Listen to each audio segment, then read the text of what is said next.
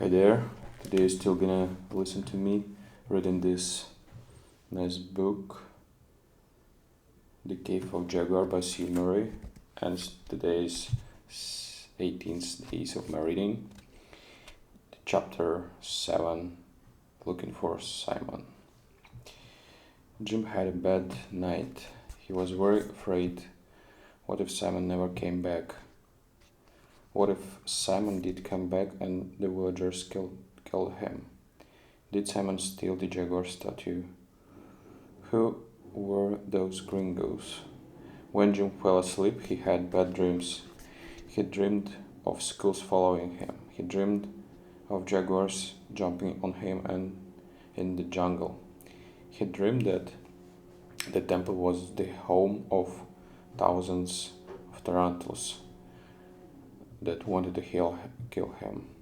At sunrise, Jim was already up and dressed. He had an idea. There must be something in the jungle near the cave to show that strangers had been there. Jim had to show the villagers that Simon wasn't the thief, that the gringos has taken the jade jaguar. When Jim reached the area, he looked carefully at the ground. Nothing. It had rained before sunrise, so there were no footprints in the dirt. It was nothing to show anybody had been there. Jim thought, "This is where I saw them. I'm certain of it. I'll have a closer look at the hillside." Jim pushed through the thick brush, and he saw a small opening in the side of the hill. Could this be another entrance to the cave? Maybe the gringos were looking for this. Jim ran back to his hut and found his torch and his backpack. He took his camera and water bottle and knife. A water bottle and knife. He was careful to stay away from all the villagers. He didn't want anyone to stop him. He returned to the small opening and shone his torch into it. He saw a tunnel going into the hill. There were some spiders' webs across the top of the opening, but lower down. Someone or something had broken them. There were pieces of web hanging down. Jim looked down and saw footprints in the dirt. Those gringos pushed their way through here, he thought. He didn't want to think about the spiders that had made the webs, but he had to go into that tunnel. This must be another way into the cave of the jaguar. He walked along the tunnel very slowly, shining his torch on the roof, the walls, and the dirt floor. He was looking for something, anything, to show that those gringos had been here. He was also looking for spiders. Then something flew past his ear. Jim was startled, and he stopped and shone his torch ahead. A few little bats flew along the tunnel away from him. He knew these bats weren't dangerous. He walked further along the tunnel. After about 10 minutes, he came to a chamber. It was smaller than a chamber with all the skulls and statues. Jim saw the opening to another tunnel on the far side of it, and next to that opening he saw something lying on the ground. It was a strange shape.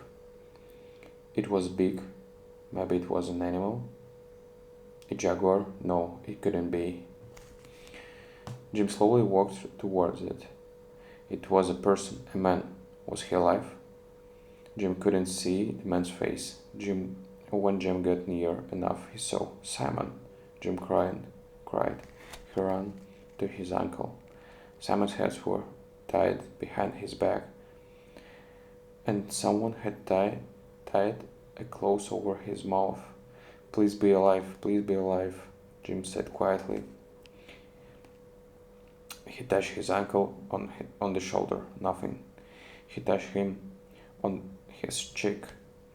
Simon's cheek was warm. Jim untied the clothes and used his knife to cut the rope. Simon, wake up, please wake up, Jim said again and again. Jim got his water bottle and poured some water over Simon's lips. Simon opened his eyes. Jim, he said. Yes, said Jim. Glad to hear his uncle's voice. Water, Simon groaned. After Simon had drunk some water, he tried to sit up, but he groaned. My leg, I can't move, Jim. Go and get help. I will, Simon, but I have to know what's going on. The villagers think you are a thief. They want to kill you, Simon said, because of the Jaguar. You know about the Jaguar? Did you take it? Oh, Jim, no, I'm not the thief. It was a man named Martinelli, one of the gringos you saw. But how do you know all this? Jim asked. It's my job. I don't help villagers with their craft. Well, I do, but only as part of the story that I tell everyone. I'm really an agent of Paul. What? For what? Paul? What is that? Jim said. Simon said. Paul is an international organization. It's a secret organization. The protectors of artifacts League. We protect ancient artifacts, found in caves, pyramids, temples, not just here in Guatemala, but all over the world. Some people want to steal them, take the artifacts from where they belong. Some artifacts were very valuable. I have been staying here in Balm to protect the Jaguar. People, Martinelli and other international thieves, they've been looking for Jade Jaguar for many years, Jim said. But Gaber told me that the Jaguar was a secret. Not many people knew about it, but Paul did. Then we heard that Martinelli and his gang were looking for it. Martinelli buys and sells stolen artifacts. Paul sent me here to Balm to protect the Jaguar. I didn't think Martinelli would come here. I was wrong to ask you to come, Jim. I'm sorry. I didn't think it was dangerous, and I wanted to get to know you. Why didn't you tell me that you are an agent? Didn't you trust me? Simon said slowly. I didn't really know you, did I? But I trust you now, and I'm telling you about Paul now. That man I argued with in Rio Dulce. He's a Paul agent too. He thought I was wrong to stay in Balam. He thought I should go to India to protect other artifacts. Simon smiled. He was wrong. Martinelli did come here, and he's got the Jaguar. I tried to stop him and his accomplice. I followed him down here.